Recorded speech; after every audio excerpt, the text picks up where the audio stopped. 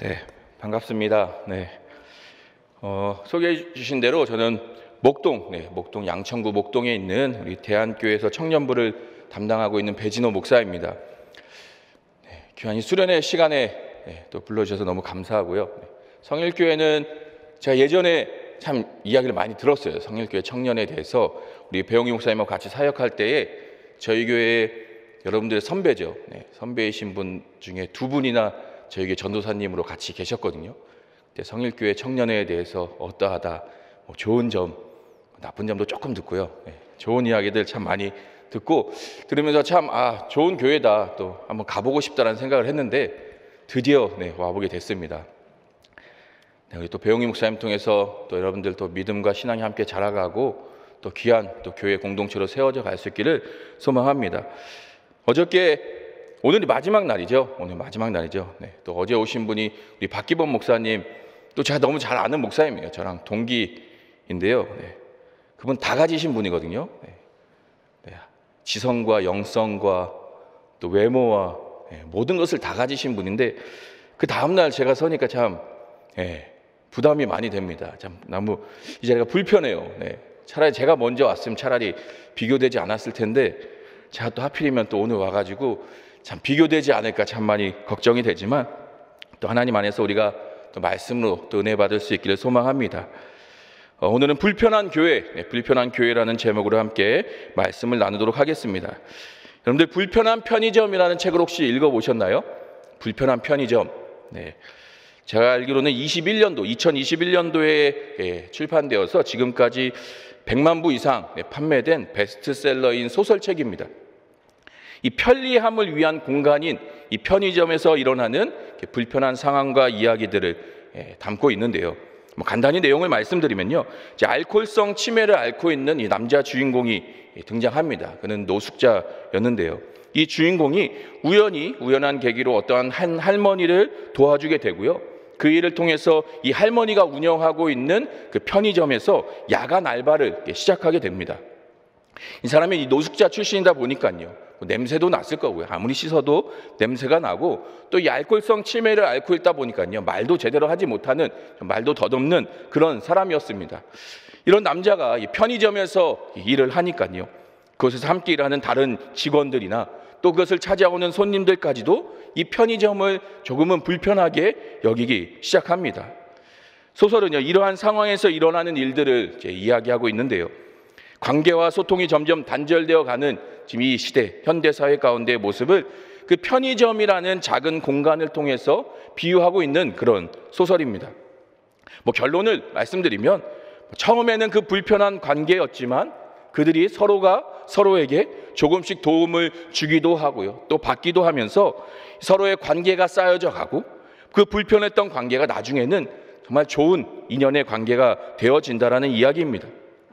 소설이 말하고자 하는 이야기는요, 불편하고 좀 어색하고 그런 때로는 아무런 관계도 아니었던 사람과 사람이요, 서로에게 크고 작은 도움을 주고받으면서 더 깊은 관계로 나아가고 또 더 성숙해져 가는 존재라는 것을 이 소설책을 통해서 말해주는 것 같습니다. 이 작가분이 망원동 브라더스라는 책을 쓰신, 또 그 책으로 상도 받으신 이 김호연이라는 작가이신데요.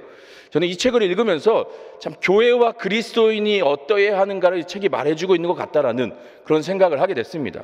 기독교 책이 아닌가 싶을 정도로 참 기독교적인 어떤 메시지를 담고 있는 것 같았는데요. 아니나 다를까 작가분이 역시 새롭게 하소서의 간증도 나오시는 크리스찬 기독교인이시더라고요. 저는 여러분에게 꼭 한번, 특히나 청년들에게 꼭 한번 읽어보시기를 추천합니다. 이 책을 읽으면서요, 정말 우리 이 시대의 그리스도인으로서 우리가 어떻게 살아가야 할지, 또 우리의 교회가 어떠한 곳이 되어야 할지를 한번 생각해 보시면 좋을 것 같습니다. 우리가 오늘 함께 읽은 이 본문의 이야기는요, 우리가 잘 알고 있는, 너무나 잘 아는 이 선한 사마리아인의 비유 이야기입니다. 이 이야기는요, 우리의 이웃이 누구이냐라는 질문으로 이야기가 시작되고 있는데요. 국어사전에 보면 이 이웃이라는 단어를요, 가까이 사는 사람이라고 정의합니다.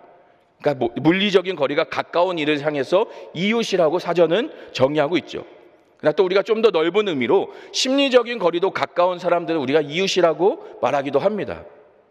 그러나 지금 우리가 사는 이 시대는요, 더 이상 이 이웃이라는 말, 또 이 말의 의미가 사실 무색해졌다 해도 틀리지 않을 것입니다. 바로 옆집에 사는 이웃과 거의 왕래가 없는 것이 지금 우리의 현실이지요. 옆집에 누가 사는지 알고 계십니까? 옆집 사람과 혹은 앞집 사람과 서로 인사하며 지내십니까? 그렇지 않은 것이 지금 우리의 시대이죠. 다른 사람들과의 관계와 소통이 점점 사라져 가는 것이 지금 우리가 사는 이 시대의 모습입니다. 코로나 이후로 그것이 더 심해졌죠. 거리두기 하며 오히려 더 그것이 더 우리에게 즐겁고 유익한 시간들이 되어버렸습니다. 이 시대에 우리에게는요, 더 이상 이웃이라는 말이 예전처럼 이웃 사촌이다, 그렇게 가깝다는 말이라기보다는 오히려 불편한 단어가 되어버렸습니다. 성경은요, 오늘 말씀에 예수님은 우리에게 내 이웃을 사랑하라 말씀하십니다. 너희 이웃을 사랑하라. 오늘 본문의 이야기를 통해서요, 다른 사람에게 선을 베풀라는 명령을 하고 계시는데요. 그러면 우리는요, 왜 이웃을 사랑해야 하는지, 왜 예수님은요, 말씀을 통해서 우리에게 이웃을 향해, 다른 이들을 향해 선을 베풀고 그들을 사랑하라고 명령하고 있는 것일까요? 오늘 말씀을 통해서 두 가지를 함께 좀 나누어 보고자 하는데요. 첫째는 왜 우리가 이웃을 사랑해야 하는지, 그 이유에 대해서 함께 생각해 보고요. 두 번째로는 우리가 사랑해야 되는 그 이웃이 과연 어디까지이냐, 그 이웃의 범위가 어디인지를 좀 함께 이야기해 보려고 합니다.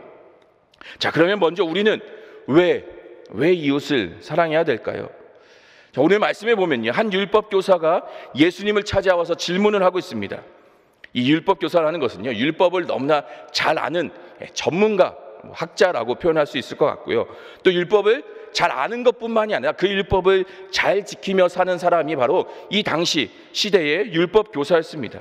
그러니까 지위적으로나 그 삶의 행동에서나 사람들에게 존경받고 인정받는 그런 사람이었던 거죠. 그런 사람이 지금 예수님께 찾아와서 이렇게 질문합니다.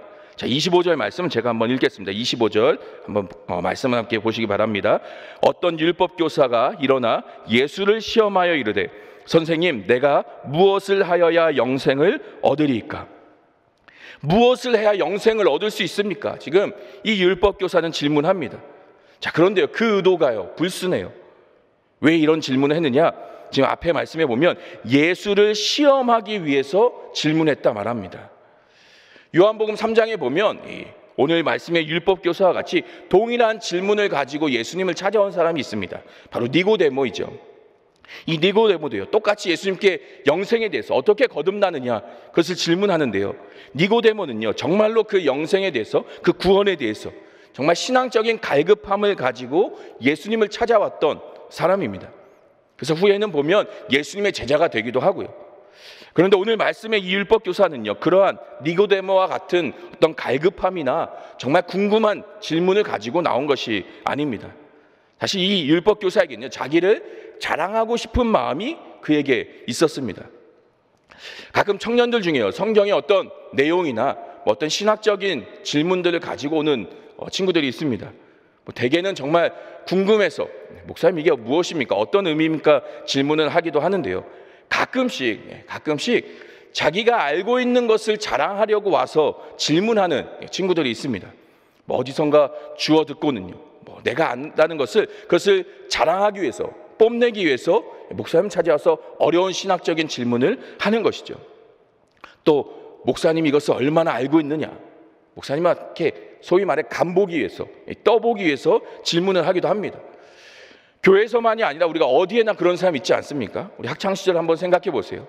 괜히 수업 시간에요, 어려운 질문을 하는 그런 친구들이 있습니다. 꼭 그런 친구들은요, 수업이 거의 이제 끝나갈 때쯤 가서 질문을 하죠. 선생님하고 주고받는 대화를 보면 정말 몰라서 질문하는 건가 싶기도 합니다. 괜히 자기 알고 있는 거, 어디서 배운 거, 어려운 말들 써가면서 선생님하고 이야기하는 것을 마치 우리들에게 보라는 듯이 자기를 자랑하려고 질문하고 이야기하는 것을 우리가 보게 됩니다. 재수없죠. 재수없어요. 오늘 말씀의 율법교사가 그런 사람이었어요. 지금 이 율법교사는요, 정말 영생이 궁금해서 정말 어떻게 구원받아야 하는지 그것을 예수님께 질문한 것이 아닙니다. 이 율법교사는요, 잘 알고 있고 그 율법을 잘 지키며 살고 있는 자신이, 그 자기의 삶이 지금 이미 영생을 얻은 그런 사람이라는 칭찬과 인정을 지금 이 많은 사람들 앞에서 받고 싶었던 거예요.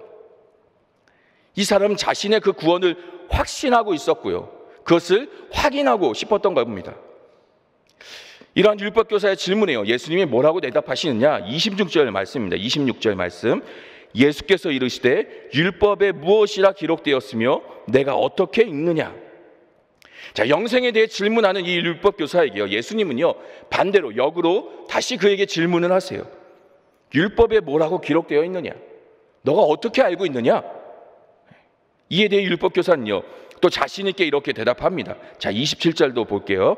대답하여 이르되 내 마음을 다하며 목숨을 다하며 힘을 다하며 뜻을 다하여 주 너의 하나님을 사랑하고 또한 내 이웃을 내 자신같이 사랑하라 하였나이다. 자, 율법교사는요 자신이 잘 알고 있는 대로요 그 율법의 핵심, 그것을 말합니다. 하나님을 사랑하고요 이웃을 사랑하도록 율법이 명령하고 있습니다. 아마 자신만만한 표정으로 지금 예수님께 대답했을 것입니다. 그리고 이제 자신을 향해서 야, 잘했다, 잘 알고 있구나, 너는 이 영생을 이미 얻은 사람이다, 예수님이 칭찬해 줄 것을 아마 기대하고 있었겠죠. 자, 그런데 예수님은요 이렇게 대답하세요. 28절 말씀입니다. 28절 제가 한번 읽어드릴게요. 예수께서 이르시되 내 대답이 옳도다, 이를 행하라, 그러면 살리라 하시니. 자, 지금 예수님 뭐라고 대답하세요? 내 대답이 옳도다, 이를 행하라, 그러면 살리라. 너의 대답이 옳다, 잘 알고 있구나. 예수님 칭찬하는 것 같으시죠? 자, 그런데 그 뒤에 대답이 뭐냐? 우리말 성경으로 번역한 성경을 보면 그대로 행하면 네가 살 것이다, 다르게 말하면 그대로 행하면 너가 영생을 얻게 될 것이다 라고 예수님이 대답하신 거예요. 지금 예수님의 대답은요 미래형이에요. 미래형. 얻게 될 것이다, 얻을 수 있을 것이다. 자, 그러면 지금 예수님은요 이 율법교사가 영생을 얻었다는 것인가요? 아니면 아직 못 얻었다는 것인가요? 율법교사는요 자기가 지금 잘 지키고 있었다고 생각했어요. 당연히 자기는요 그렇게 살고 있는 자신은 영생을 얻은, 구원받은 그런 사람이라고 지금 생각하고 있습니다. 그런데 예수님은요 지금 아니다, 넌 아직 영생을 얻지 못했다, 그렇게 말씀하고 계신 거예요. 어떻게 영생을 얻을 수 있는지 잘 알고 있구나. 야, 너 정말 잘 알고 있어. 그대로만 잘 지켜 행하면 돼. 열심히 해. 힘을 내. 할 수 있어. 너도 영생을 곧 얻게 될 거야. 그런 말씀을 하신 것이 아니에요. 조금 과장을 못해서 예수님의 뉘앙스는 이런 거예요. 할 수 있으면 해봐. 야, 너가 아는 대로 한번 해봐라. 한 100만 년 죽어라 연습하면 될까? 잘 모르겠는데. 지금 예수님은요 네가 영생을 얻을 수 있다, 가능하다, 해봐라, 그렇게 말씀하시는 것이 아니에요. 불가능하다, 네가 아는 대로 해도 불가능하다, 할 수 없다, 지금 예수님 말씀하고 계신 거예요. 이 율법교사 입장에서는요 완전히 자존심이 상하는 일인 것이죠. 내가 열심히 교회를 다녔어요. 열심히 교회에서 리더하고요, 봉사하고요, 섬기고요, 모든 예배도 빠지지 않았어요. 이 정도 열심히 하면요 당연히 나의 믿음이 좋다라고요, 구원받은 사람이다 우리는 생각하지 않습니까? 아무것도 안 하고 그저 교회만, 예배 때만 겨우 왔다 가는 사람하고요, 또 오늘같이 수련회도 오지 않는 그런 사람들보다도요 이 자리에 앉아있는 내가요 그래도 조금 더 낫다라는 생각이 우리한테 있지 않습니까? 아니요, 우리는 착각하지 말아야 돼요. 나의 행위요, 나의 열심이요, 그것이 결코 나를 구원으로 인도하지 못합니다. 내가 열심히 한다고 해서 당연히 구원받는 것이 아니에요. 우리는요 나의 의를요, 나의 행위를요, 나의 열심을요 자랑하면 안 돼요. 아니, 자랑할 수 없습니다. 왜요? 우리는 하나님 앞에서요 누구도 어떤 것도 자랑할 것이 하나 없는 죄인이기 때문입니다. 우리가 이것을 알아야 됩니다. 나는 하나님 앞에서 용서받을 수 없는 죄인임을요 우리는 깨달아야 합니다. 믿음은요, 구원은 이것을 아는 것에서부터 시작해요. 예수님을 만난 사람들이요, 아니 더 정확하게 말해 예수 그리스도를 믿는 그 믿음 안에 구원받은 사람들은요 모두가 다 자신의 죄인됨을 깨닫는 자들이었습니다. 오늘 말씀의 율법교사와 같이요 여전히 자기가 의인이라 생각하는 사람들은요 예수님을 만나도요 아무것도 달라지지 않아요. 여러분은 어떤 마음으로 신앙생활을 하고 계신가요? 하나님 앞에서 정말 내가 죄인됨이 깨달아지십니까? 교회 나와 예배를 드릴 때마다요, 말씀을 들을 때마다 하나님 앞에서 나의 마음 가운데 찔림이 있어야 하고요, 회개하며 돌이키는 모습이 우리 가운데에 반드시 있어야 합니다. 그것이 진정한 하나님의 자녀된, 정말 구원받은 하나님의 백성의 반응인 것이죠. 그러나 오늘 말씀의 이 율법교사는요, 그렇지 않았어요. 여전히 얼마나 교만한 마음을 갖고 있는지요. 율법교사는 다시 한번 예수님께 질문합니다. 자, 29절 말씀이에요. 29절 제가 읽어드립니다. 그 사람이 자기를 옳게 보이려고 예수께 여짜오되 그러면 내 이웃이 누구니이까? 지금 율법교사는요, 여전히 자신을 옳게 보이려고요, 자기를 의롭게 보이려고 지금 하고 있어요. 예수님이 너는 의롭지 않아, 아직 의롭지 않아, 너는 죄인이다라고 말씀하고 있는 상황에서도요, 아니에요, 저는 의로워요, 자기를 자랑하고 사람들에게 뽐내고자 지금 말합니다. 예수님이 무능해서, 예수님이 능력이 없어서 나 같은 사람 여전히 못 알아보고 있다, 아마 그렇게 생각했겠지요. 그래서 다시 한번 자기의 의를요, 자기를 자랑하고자 예수님 앞에 질문하고 있어요. 뭐라고 질문하냐? 내 이웃이 누구입니까? 그럼 내 이웃이 누구입니까? 율법교사가 이렇게 질문한 의도는요, 이웃이 누구인가 정말 궁금한 게 아니에요. 자기는 이웃을 사랑하고 있다고. 또 예수님이 이웃을 누구라고 말씀하시든 나는 사랑할 수 있습니다. 그것을 자랑하기 위해서 지금 다시 질문하고 있는 것입니다. 자, 그런데 예수님은 또 예상치 못한 대답을 내놓으시죠. 뜬금없이 이야기를 하나 시작하시는데요, 한 사람이 길을 가다 강도를 만났습니다. 가진 것을 다 빼앗겼고요, 두들겨 맞고 거리에 쓰러져 죽어가고 있어요. 길을 지나던 한 제사장이 그 사람을 보고 피하여서 지나갑니다. 또 한 레위인이 지나가다 그를 못 본 채 하고 피하여 갑니다. 그런데 어떤 사마리아 사람이 그를 보고 불쌍히 여겨 그를 치료하고요, 주막에 데려가 돈을 주고 그를 돌보도록 합니다. 우리가 너무 잘 알고 있는 이야기이죠. 선한 사마리아인의 이야기를 예수님이 하신 거예요. 많은 사람들이 오늘 말씀을 보면서 사마리아 사람처럼 다른 사람을 돕고 선을 베풀어야 된다라고 우리는 생각합니다. 네, 맞습니다. 그렇게 해야죠. 남을 돕고 베푸는 일을 우리가 해야죠. 그런데요, 우리가 오늘 말씀의 이 이야기를 통해서 먼저 생각해 보아야 될 것이 있습니다. 예수님이 이 이야기를 통해서 먼저 하시고자 하셨던 그 의도에 대해서 우리가 한번 생각해 보았으면 합니다.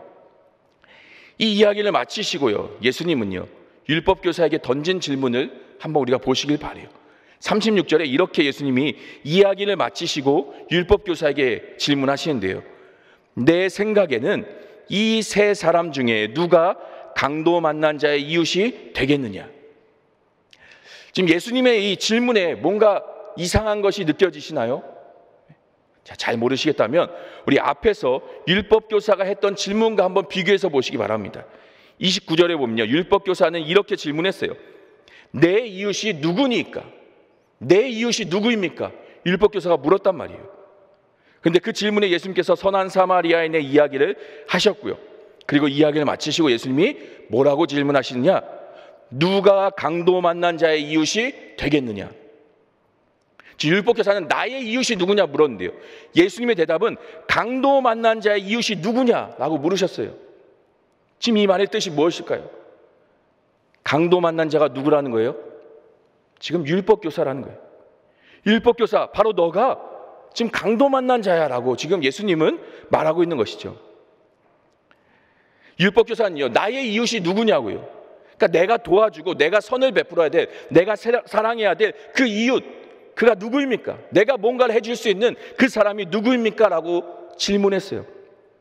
근데 예수님은요, 너가 누구를 도와줄 수 있는 사람이 아니야. 너가 도움을 받아야 되는 사람이야. 이웃이 필요한 사람, 사랑받아야 되고 선의 베품을 받아야 되는 사람, 너가 그 사람이다. 너가 강도 맞는 사람이다. 지금 예수님은 말씀하고 계신 것이죠. 율법교사를 포함한 우리는요, 모두가 다 강도 만난 자와 같습니다. 당장 누군가의 도움 없이는요, 죽을 수밖에 없는, 겨우 숨만 붙어서 아무것도 할 수 없는 그런 상태가 우리의 모습이에요. 이것이 죄인된 우리의 모습인 것입니다. 누구 하나 예외가 없습니다. 그런데 우리는 착각하죠. 내가 하나님을 사랑할 수 있다라고요. 내가 이웃을 사랑할 수 있다고. 내가 무언가를 할 수 있다, 우리는요 착각합니다. 아니요, 그렇지 않아요. 다시 말씀드리지만 우리는요 하나님을 사랑할 수 있는 존재도 아니고요, 누군가를 사랑할 수 있는 사람도 아닙니다. 이것이 죄인된 우리의 모습입니다. 우리는요 강도 만나 죽어가는, 아니 이미 숨통이 끊어진 그런 죽은 자들입니다. 누구를 도와줄 수 있는 힘이요 1도 없어요. 오히려 도움을 받아야 되는 존재인 것이죠. 나를 도와주고요, 나를 살려줄 이웃이, 그 누군가가 우리에게는 필요한 것입니다. 그 이웃이 누구입니까? 바로 예수 그리스도이십니다. 33절 말씀에 보면요, 사마리아 사람이 그를 도와준 이유에 대해서 불쌍히 여겨라고 말하고 있습니다. 불쌍히 여겨. 다른 이유가 없어요. 그를 아는 사람도 아니었습니다. 뭔가 관계가 있어서도 아니었습니다. 그저 불쌍했어요. 죽어가고 있는 그 모습이 불쌍했어요. 아무 이유 없이요, 아무 조건 없이요, 그에게 도움을 베풀었습니다. 이것을 우리는 은혜라고 말을 하지요. 아무 이유 없이, 아무 조건 없이요, 아무 대가 없이 하나님께서는요 우리를 불쌍히 여기셨고요, 그 아들 예수 그리스도를 이 땅 가운데에 보내셨습니다. 그리고 무엇을 하셨습니까? 이 사마리아 사람이요, 강도 만난 사람을 위해 그 주막에 자신의 2데나리온 값을 지불하여 그를 살려주었듯이요, 예수님께서는요 우리의 죄값을 대신하여서 자신의 생명값을 치르셨습니다. 이렇게 우리는 하나님의 은혜로요, 예수 그리스도의 그 희생과 헌신, 그 섬김, 그 생명의 값으로 다시 살게 된 사람들입니다. 먼저는 나는 아무것도 내세울 것도, 아무것도 자랑할 것도 없는 오늘 강도 만난 사람이 바로 나라는 것을 우리가 깨달아 알 수 있길 소망합니다. 아무리 교회에 오래 다녀도요, 아무리 내가 교회에서 열심히 봉사해도요, 이것을 알지 못하면 아무 소용이 없습니다. 우리의 신앙은요, 우리의 진짜 믿음은 이것을 우리가 깨닫고 알 때부터 진짜 시작되는 것입니다. 그리고 그것을 깨달을 때요, 진정한 하나님의 사랑을 우리는요 알 수 있게 되는 것이죠. 예수님께서 우리에게 먼저 찾아오셨고요, 죽어가는, 아니 죽은 우리들에게요 생명을 주시며 우리를 살게 하셨습니다. 예수님께서 자신의 것을 내어주심으로써요 먼저 우리의 이웃이 되어주셨습니다. 그 은혜와 사랑으로 우리는요 오늘도 살아가는 사람들인 줄로 믿습니다. 이렇게 우리의 이웃이 되어주신 예수님이요, 이제 우리에게도 다른 이들의 이웃이 되어주라 명령하시죠. 내 이웃을 사랑하라, 우리에게 명령하십니다. 이것이 우리가 이웃을요, 다른 사람들을 사랑해야 하는 이유입니다. 우리를 살리신 그분이 우리에게 명령하셨기 때문에, 우리가 먼저 그 사랑을 받았기 때문에요. 자, 그러면 우리가 사랑해야 되는, 우리가 선을 베풀고 섬겨야 되는 그 이웃이 과연 누구일까요? 어떤 사람들은요, 한국에도 힘든 사람들 많은데 꼭 해외에 있는 사람들까지 도와줘야 되냐 말하는 사람도 있습니다. 야, 우리 교회 안에, 내 주변에 나와 가까운 내가 아는 사람들 중에도 도와줄 사람이 얼마나 많은데 모르는 사람들까지, 교회 밖의 사람들까지 그렇게 우리가 도와야 되냐 말하는 사람도 있습니다. 그들의 말을 생각해 보면요, 우리의 시간이나 우리가 가진 물질, 또 우리가 베풀 수 있는 그 도움에는 분명한 한계가 있죠. 그렇기 때문에 가까운 사람들에게만 선한 일을 행하는 것이, 그들의 말처럼 내가 사랑하고 싶은 사람들에게만 사랑하며 사는 것이 더 합리적으로 보여집니다. 그렇죠. 그것이 더 합리적이고 더 타당해 보이죠. 오늘 말씀에서요, 이 율법교사가 지금 예수님을 향해서 누가 나의 이웃입니까? 라고 질문한 요지도 사실 동일합니다. 지금 이 율법교사는요, 누구보다 선한 일을 많이 하고 살았던 사람이었어요. 자, 그런데 이 당시 유대인들에게는요, 이 율법교사를 포함한 이 유대인들에게는 내가 도움을 베풀 수 있는, 내가 사랑할 수 있는 그 이웃의 범위가 한정되어 있었습니다. 아니, 사랑할 수 있는 이웃의 범위가 정해져 있다라기보다도 내가 절대로 사랑할 수 없는, 내가 도와줄 수 없는 그런 사람들이 정해져 있었다고 말할 수 있습니다. 오늘 예수님의 이야기 속에요, 4명이 등장하죠. 4명의 사람이 등장하는데요, 강도 만난 사람, 제사장, 레위인, 이 세 사람은요 모두 유대인입니다. 근데 뜬금없이 이 사마리아 사람 한 명이 등장을 해요. 유대인과 사마리아 사람, 그들의 관계를 잘 알고 계시죠? 원수와도 같은 관계예요. 유대인들은요 사마리아 사람들과는 상종도 하지 않습니다. 더럽고 불결한 자들이라고요. 개보다 못한 자들처럼 여겼던 것이 이 사마리아 사람입니다. 율법교사가 생각한 이웃은요, 당시 유대인들이 가졌던 그 이웃의 개념은 같은 유대인들, 같은 그 율법을 알고 지키는 그들뿐이었습니다. 이방인들이나 오늘 말씀의 사마리아인과 같은 그런 율법도 알지 못하는 부정한 자들은 그들은 이웃으로 여기지 않았습니다. 쉽게 말해서요, 그들에게 있어서 이웃의 범위는 나와 관계가 있는 사람, 나와 사이가 좋은 사람, 또는 사이가 좋아질 수 있는 사람이 그들에게 포함되는 이웃이었던 거죠.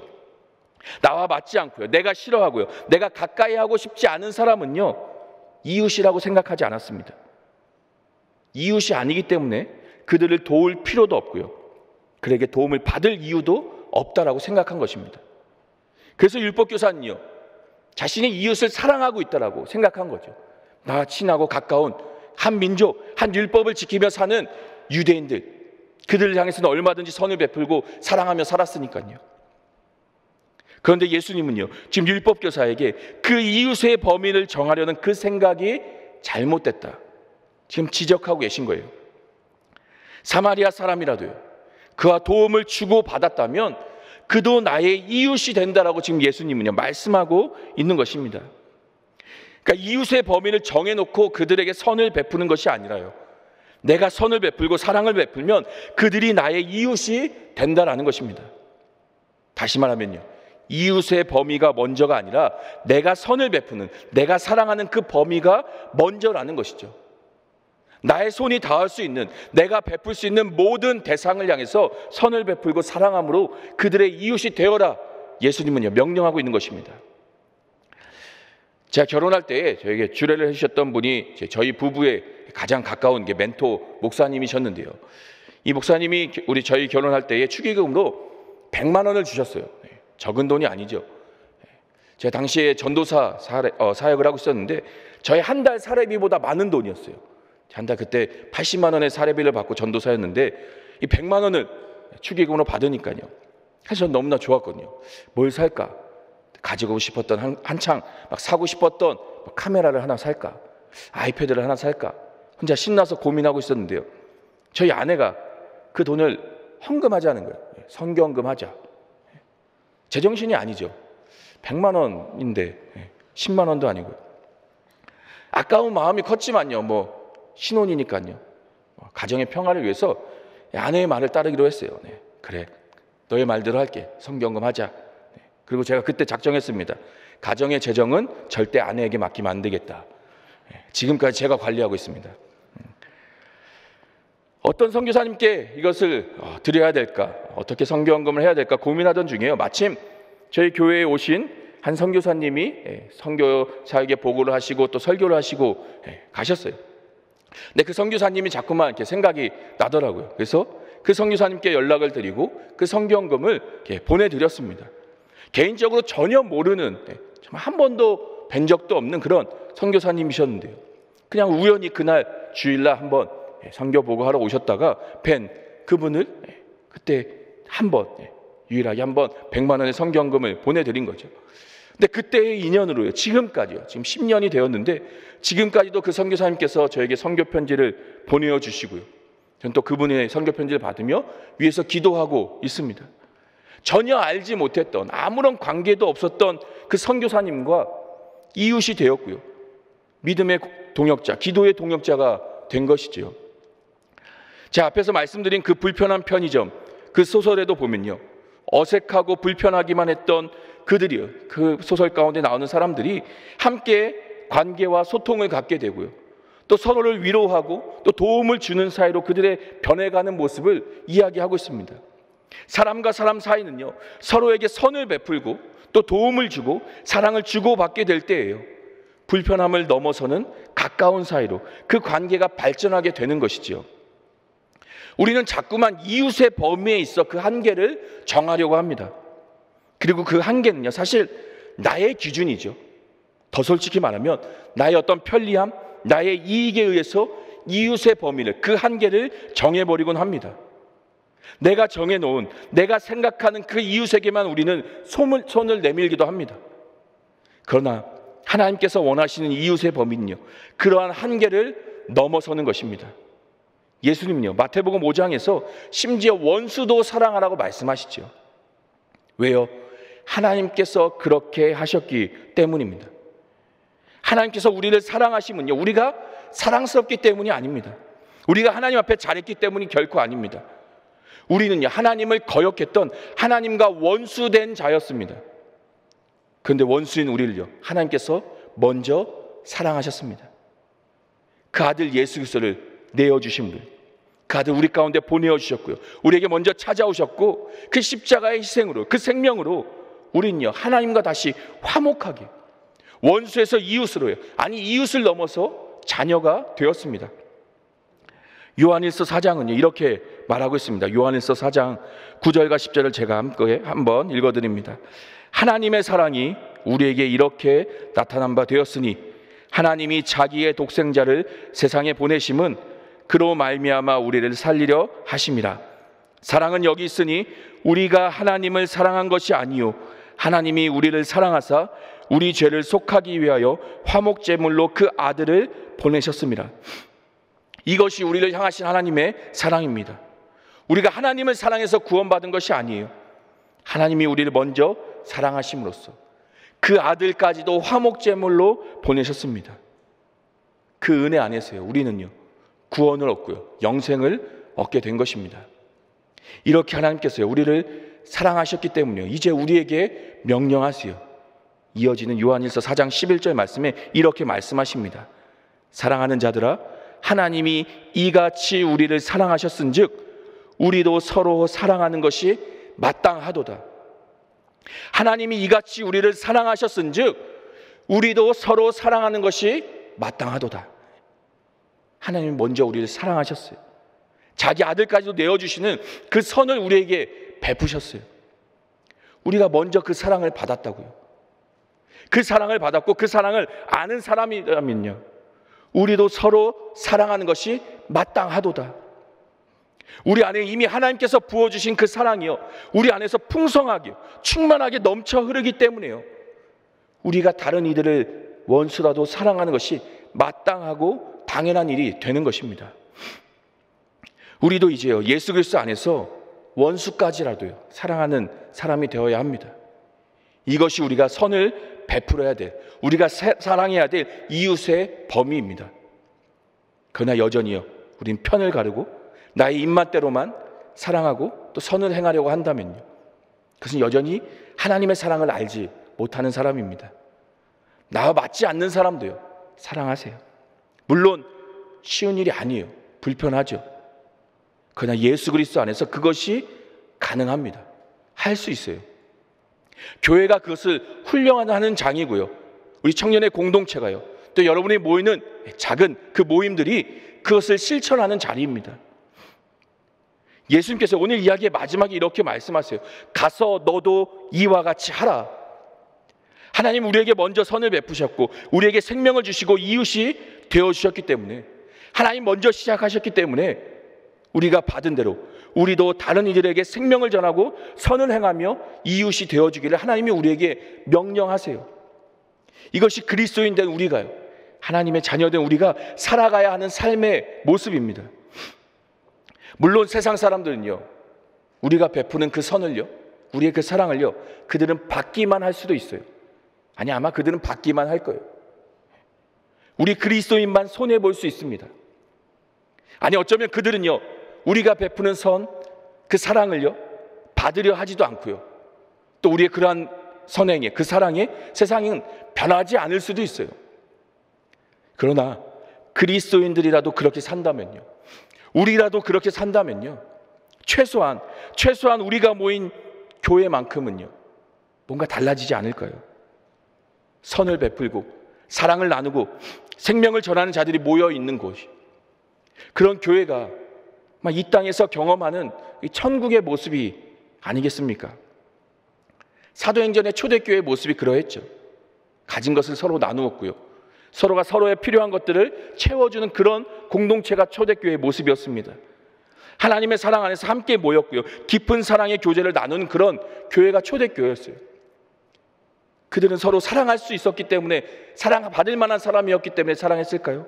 아니요. 그들 가운데는요, 서로 이방인도 있었고요. 민족이 다른 자들, 또 신분이 다른 자들이요. 또 귀천이 다른 자들, 그런 모두가 모였지만 서로의 것을 나누며 사랑 가운데 함께 모든 것을 통용하였습니다. 이러한 모습의 초대교회는 세상에서도 칭찬받는 교회가 되었고요. 저는 우리의 교회가 그런 교회가 될 수 있기를 소망합니다. 서로가 서로를 사랑하는 공동체요, 참된 이웃이 되어주는 그런 교회 공동체가 우리 청년부가 되길 소망합니다. 사실 누군가를 사랑한다는 것, 그 사랑을 베푸는 것은요, 참 불편한 일입니다. 사랑은요, 더 섬기게 만들고요, 더 낮아지게 만들기 때문에 사실 편한 일이 아니에요. 불편한 것이에요. 하지만요, 그 불편함을 우리는 사랑할 때에 그것을 오히려 즐거워합니다. 연인끼리의 관계를 생각해 보세요. 서로의 집에 데려다 주는 것이 편한 일인가요? 불편한 일이죠. 그러나 그것을 즐거워하며 데려다 줍니다. 왜요? 사랑하니까요. 나의 재정을 아껴서요, 내 것을 나누며 연인에게 선물을 하죠. 그것을 즐거워합니다. 왜요? 사랑하니까요. 부모는요, 아이를 위해서 모든 것을 다 하죠. 잠도 못 자면서 아이를 돌보고요, 아이를 위해서 자신의 삶의 모든 것을 다 희생합니다. 그러나 그것을 불편하게 여기지 않아요. 사랑하기 때문에. 그리스도 안에서 교회는요, 한 형제요 자매된 자들입니다. 예수 그리스도의 사랑을 받은 자고요, 그 사랑을 아는 사람들이 교회에 모인 사람들입니다. 그래서 서로 사랑하는 것이 가능해요. 하나님께서 베푸신 사랑이 우리 공동체 안에서 함께 사랑하며 나눔으로써 더 풍성해지는 것입니다. 또 그 사랑을 우리는요, 서로 사랑할 수 없지만 우리가 사랑을 일방적으로 흘려보내야 되는 세상 가운데 나가서요, 그 원수 같은 자들까지도 우리가 사랑할 수 있는 것입니다. 그래서 교회가요, 사랑의 훈련서고요, 훈련할 수 있는 연습의 장인 것입니다. 먼저는 우리 이 교회 안에서 서로 사랑할 수 있길 바랍니다. 옆에 있는 사람이요, 꼴 보기 싫죠. 마음에 들지 않을 수 있어요. 그러나 우리가 서로를 사랑하도록 우리 가운데에 그 사랑을 배우고 연습하도록 보내신 지체들이에요. 세상엔 이보다 더 꼴 보기 싫은 사람들 더 많이 있어요. 우리가 사랑해야 될 하나님이 보내신 이웃이 내 옆에 앉아있는 우리 교회 안에 모인 이 공동체인 것입니다. 서로를 사랑하며 하나 되어지는 우리 교회 공동체, 또 그 사랑을 가지고 세상 가운데서 사랑을 또 나눠줄 수 있는 그런 교회, 우리 청년회가 되길 소망합니다. 우리는 이웃을 사랑하며 또 그들을 섬기며 살아가야 합니다. 왜요? 예수 그리스도께서 먼저 우리의 이웃이 되어주셨기 때문입니다. 그분은요, 우리를 살리기 위해서 자신의 생명을 내어주셨어요. 그리고 우리에게요, 너도 가서 이와 같이 하라, 우리에게 명령하십니다. 이제 우리의 삶이요, 예수 그리스도와 같은 삶으로 살아갈 수 있길 소망합니다. 눈에 보이는 형제를 사랑하지 못하면서 어떻게 보이지 않는 하나님을 사랑한다 말할 수 있겠습니까? 우리가 서로 사랑할 때 세상은요, 우리가 예수님의 제자인 줄을 알게 될 것입니다. 우리가 먼저 받은 그 하나님의 선하신 일이요, 그 복음, 그 사랑을 우리가 기억하면서 우리도 이제 우리의 주변의 가족들, 또 이웃들, 우리 교회의 다른 지체들, 또 내가 알지 못하는 사람들까지도요, 우리가 그리스도의 그 사랑과 생명을 나누며 전하며 살아가는 우리 성령교회 모든 청년들 될 수 있기를 소망합니다. 처음에는 불편할 거예요. 편한 일이 결코 아닙니다. 그러나 그 불편함을 넘어설 때요, 우리는 하나님 안에서 그들과 사랑하는 관계가, 그들이 참된 이웃의 관계가 될 수 있을 것입니다.